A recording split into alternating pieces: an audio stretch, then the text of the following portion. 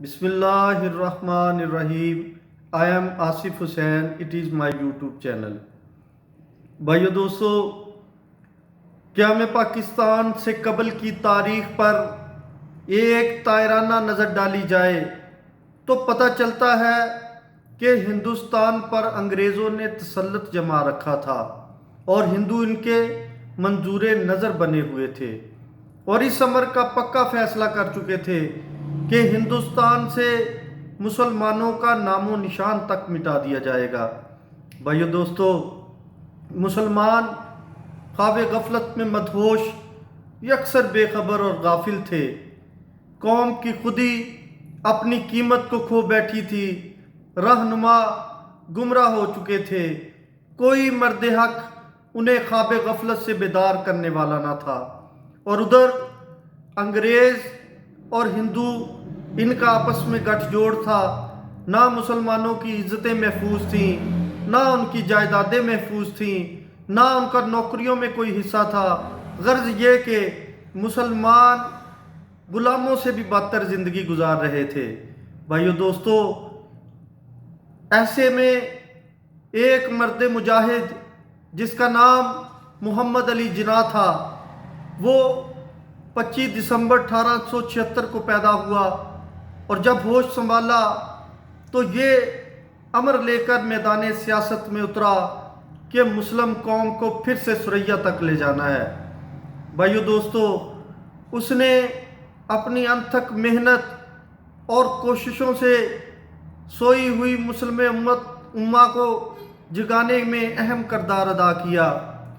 اس نے نعرہ لگایا، اس نے اعلان کیا کہ مسلمان ایک الگ قوم ہیں، وہ اپنا ایک مخصوص فلسفہ زندگی رکھتے ہیں، انہیں ایک اسلامی ریاست کی ضرورت ہے، ایک ایسی اسلامی ریاست جس میں وہ اپنے قومی اور ملی تشخص کو برقرار رکھ سکیں۔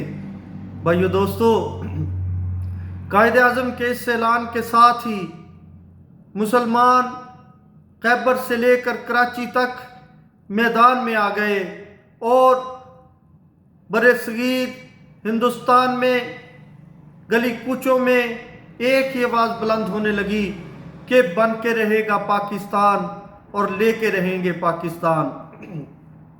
بھائیو دوستو، بچوں، بوڑھوں، عورتوں اور جوانوں کے جذبہ آزادی کو دیکھنا دید تھا کہ ہر ایک دوسرے سے آگے بڑھ جانے کی کوشش میں لگا ہوا تھا، کیونکہ ان کا لیڈر محمد علی جناح تھا۔ بھائیو دوستو، قائد اعظم کے اس اعلان کے ساتھ ہی جانثاران اسلام نے وطن کے حصول کی خاطر اپنا تن، من اور دھن قربان کر دیا۔ انہوں نے آزادی کے چراغ اپنے خون جگر سے جلائے۔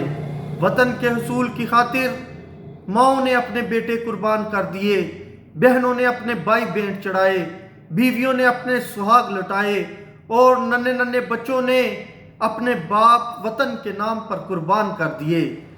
غرض یہ کہ ہم نے، ہمارے بھائیوں نے، ہمارے آباء و اجداد نے اپنے خون کے دیپ جلا کر اس ارض وطن کی بنیاد رکھی، جس کا نام اسلامی جمہوریہ پاکستان ہے۔ بھائیو دوستو، یہ وہ ریاست ہے جو اسلام کے نام پر حاصل ہوئی، جس نے یہ ثابت کیا کہ ہم مسلمان ہیں اور اپنا ایک الگ اسلامی نظریہ حیات رکھتے ہیں، ہم ایک اللہ کو ماننے والے ہیں، ہم بتوں کے پجاریوں کے ساتھ نہیں رہ سکتے۔ بھائیو دوستو، جہاں قائد اعظم نے اتنی محنت کی، اس کے ساتھ ساتھ ہم علامہ محمد اقبال کو نہیں بھول سکتے، جس نے، جو شاعر مشرق بھی کہلائے، شاعر اسلام بھی کہلائے، جنہوں نے اپنے اشعار کے ذریعے سوئی ہوئی امت کو بیدار کیا۔ قائد اعظم محمد علی جناح نے امت کو، وہ مرد مجاہد تھے جنہوں نے امت کو اٹھایا ہے، امت کو میدان میں لے کے آئے ہیں، اور علامہ محمد اقبال وہ مرد مجاہد تھے جنہوں نے سوئی ہوئی امت میں اسلامی روح کو پھونکا ہے۔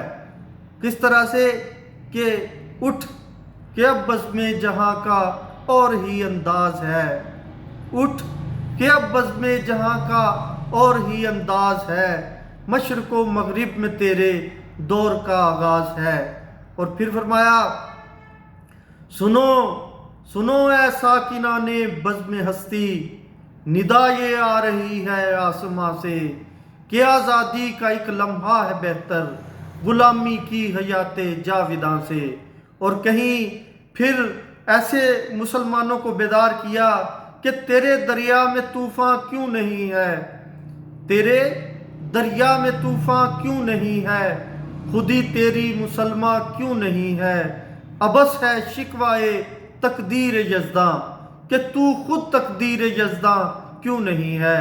بھائیو دوستو، یہ وہ ہستیاں ہیں جنہوں نے آج جن کی بدولت ہم جن کی لاشیں اس پاکستان کی بنیادوں کے اندر دفنائی ہوئی ہیں، جنہوں نے دن رات محنت کر کے دن رات اپنی کاوشوں سے اس پیارے وطن کے حصول کی خاطر ہمارے لیے انتھک قربانیاں دی۔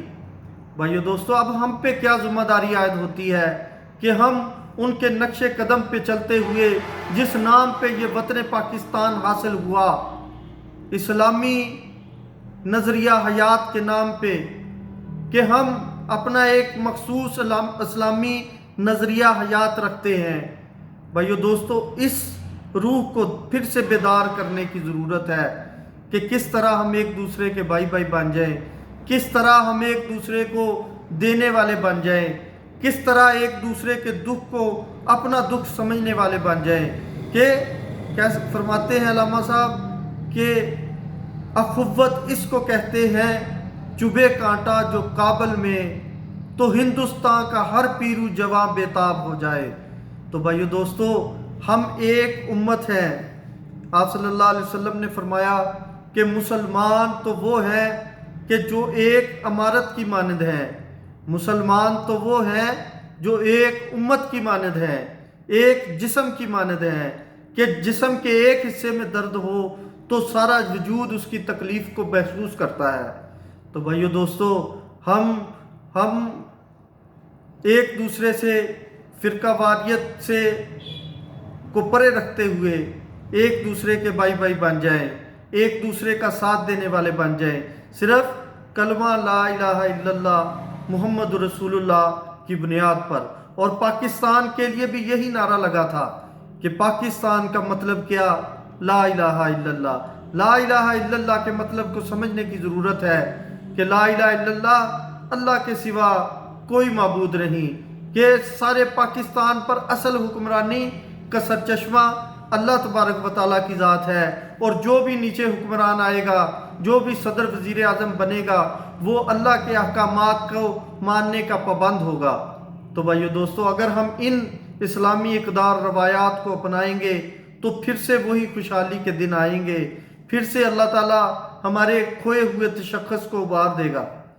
تو اللہ تعالیٰ سے دعا ہے کہ اللہ تعالیٰ ہمارے کہے کو سنے کو اس پر عمل کی توفیق دے۔